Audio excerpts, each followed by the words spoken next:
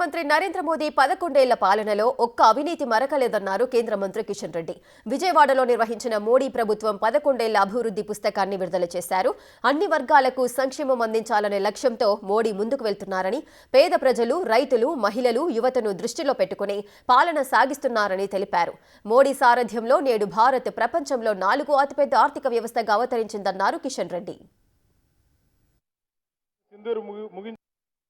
11 సంవత్సరాలు పరిపాలించిన తర్వాత కూడా ఒక్క రూపాయి అవినీతి జరిగిందని ఈ దేశంలో ఏ రాజకీయ పార్టీ కానీ, మా ప్రత్యర్థులు కానీ, లేక ఏ మీడియా కానీ ఈరోజు ఆరోపించేటువంటి పరిస్థితి లేదు.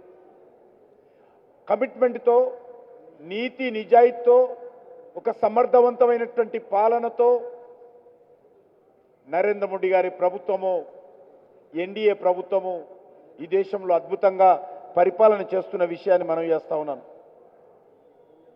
యావత్ ప్రపంచ దృష్టిని ఈరోజు భారతదేశం ఆకర్షిస్తున్న విషయం.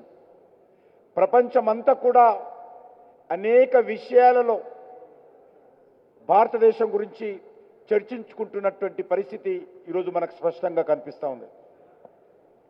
నేడు మోడీ గారి నాయకత్వంలో సేవ, సుపరిపాలన, పేదలు, అణగారిన వర్గాలకు పెద్దపీట వేస్తూ ఈరోజు 11 సంవత్సరాలుగా పరిపాలన చేస్తూ ఉన్నాం. ఎన్డీఏ పాలనలో భారత్ అభివృద్ధి పథంలో దూసుకుపోతుందన్నారు బీజేపీ ఏపీ చీఫ్ పురంధేశ్వరి. తన మార్క్ పాలనతో ప్రపంచం మొత్తం దేశం వైపు చూసేలా చేస్తున్నారని తెలిపారు ఆమె.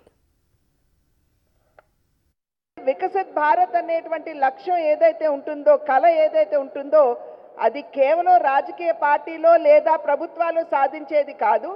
ప్రజల యొక్క భాగస్వామ్యం దీంట్లో ఉంటే మనం ఆ కళని సాకారం చేసుకోగలం అనేటువంటి ఆలోచనతోటి సబ్కా విశ్వాస్ మాత్రమే కాకుండా సబ్కా ప్రయాస్ అని కూడా దానికి జోడించడం జరిగింది.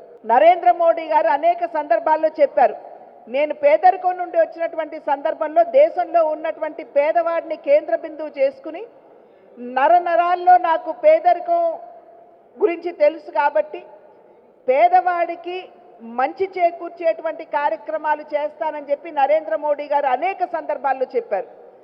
దానికి అనుగుణంగానే ఇవాళ ఏ కార్యక్రమం చూసినా కూడా దేశంలో ఉన్నటువంటి పేదవాడు, బడుగు బలహీన వర్గాల వారి యొక్క అభివృద్ధి కోసం, వారికి సంక్షేమాన్ని అందించడం కోసం భారతీయ జనతా పార్టీ నాయకత్వంలో ఉన్న ఎన్డీఏ కూటమి ప్రభుత్వం కట్టుబడి ఉన్నటువంటి విషయం మరి ఒక్కసారి మీ మాధ్యమంగా అందరికీ గుర్తు చేస్తున్నాను.